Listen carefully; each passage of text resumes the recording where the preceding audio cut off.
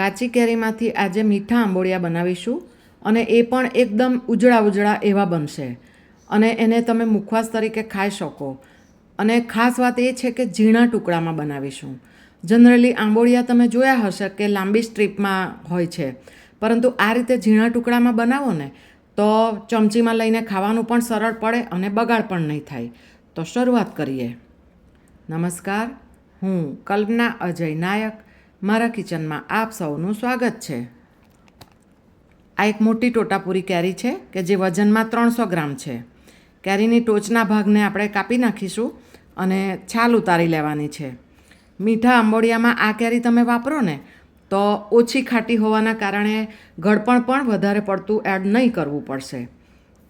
અને આ રીતે કડક અને તાજી હોય ને એવી લેવાની.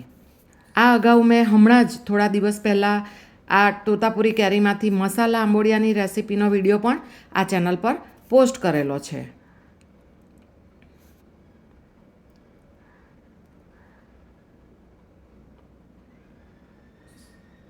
તો આ રીતે કેરી છોલી લીધા બાદ એના મોટા ટુકડા કરી લેશું. કારણ કે અગાઉ કહ્યું એમ હું લાંબી સ્ટ્રીપમાં મીઠા આંબોળિયા નથી બનાવવાની, પરંતુ નાના ટુકડા કરવાની છું, એટલે કે ચોપરમાં કરવાની છું.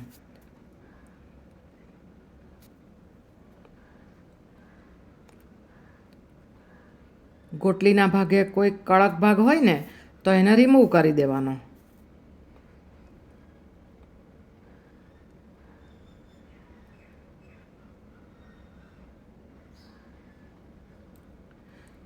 આ વચ્ચેથી આપણે ગોટલો પણ કાઢી નાખ્યો છે. તો હવે થોડા થોડા નાના ટુકડા કરીએ ને ત્યારબાદ એને ચોપરમાં લઈશું.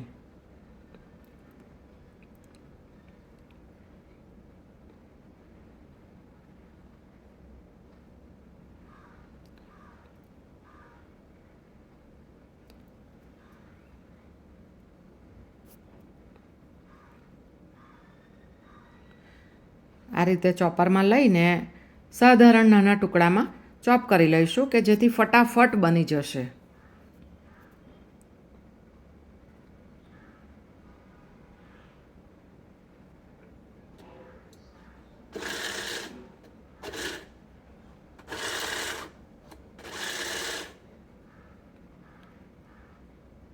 જુઓ, આ રીતે મેં કટ કર્યા છે. તમને આનાથી નાના કે સાધારણ મોટા ટુકડા જોઈએ ને તો પણ કરી શકાય. એને એક બાઉલમાં લીધું છે. ત્યારબાદ એક મિક્સર જાર લઈશું અને એની અંદર પોણી વાટકી જેટલી ખડી સાકર લઈશું અને સાકરને પીસી લઈએ.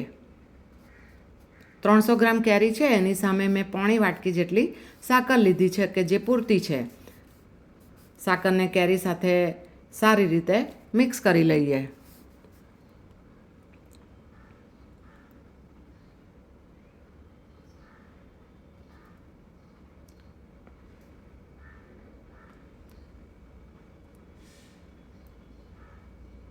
મિક્સ કર્યા બાદ ઢાંકણ ઢાંકીને રહેવા દઈશું.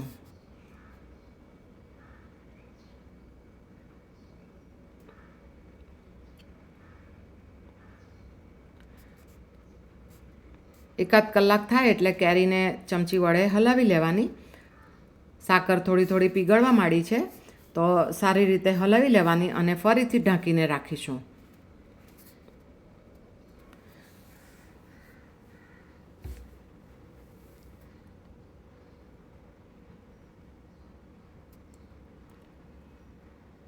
ફરીથી એકાદ કલાક બાદ એને હલાવી લઈએ અને આ રીતે કલાકે એમ 3-4 વાર હલાવી લીધી અને ત્યારબાદ એને ઓવરનાઇટ રાખવાની છું.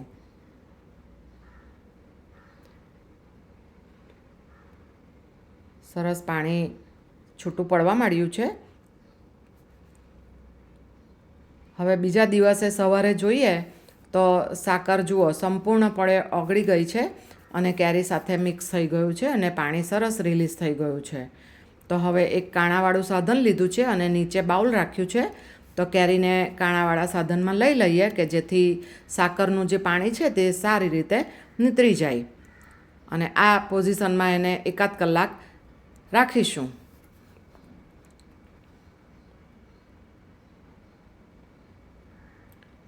એકાદ કલાક બાદ તમે જુઓ તો સાકરનું પાણી બાઉલની નીચે સરસ જતું રહ્યું છે નીચેના બાઉલમાં. અને આ સાકરનું કેરીવાળું ખાટું મીઠું પાણી છે કે જે ફેંકવાનું નથી. તમે એમાં થોડું લીંબુ અને આદું ઉમેરીને શરબત તરીકે પણ યુઝ કરી શકો.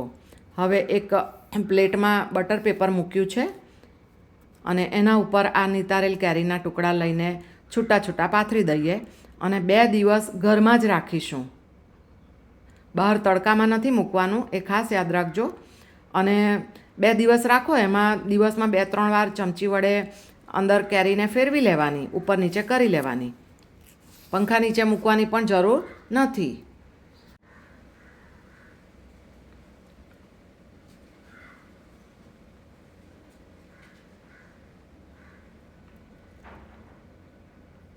બે દિવસ બાદ આપણે જોઈશું તો કેરીના ટુકડા સરસ કોરા થઈ ગયા છે. સાકરના કારણે કેરી હાથે પણ ચોંટતી નથી, તમે જોયું હશે.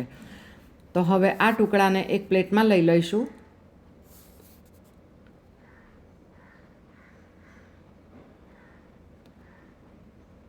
અને ત્યારબાદ એમાં 1/2 ચમચી જેટલી દળેલી સાકર ઉમેરીએ અને હાથ વડે સારી રીતે મિક્સ કરીએ.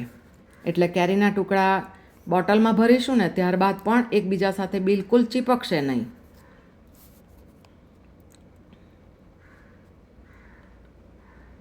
કેટલા ઉજળા ઉજળા, એટલે કે વ્હાઇટનેસ કેટલી સરસ આવી છે, તમે જોઈ શકો છો. તો આપણા આ મીઠા આંબોળિયા રેડી થઈ ગયા છે. અને જમ્યા બાદ જો તમે એક નાની ચમચી ભરીને ખાઈ લો ને તો ખૂબ મજા આવી જાય.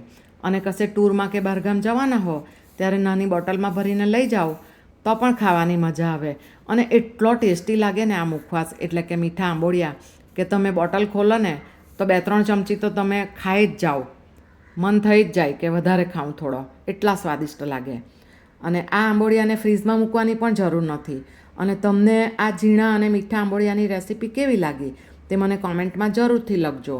અને ચેનલને હજી સબસ્ક્રાઈબ ના કરી હોય તો જરૂરથી કરજો અને બેલ આઇકોન ચોક્કસ પ્રેસ કરજો. તમારું ધ્યાન રાખજો અને આવજો.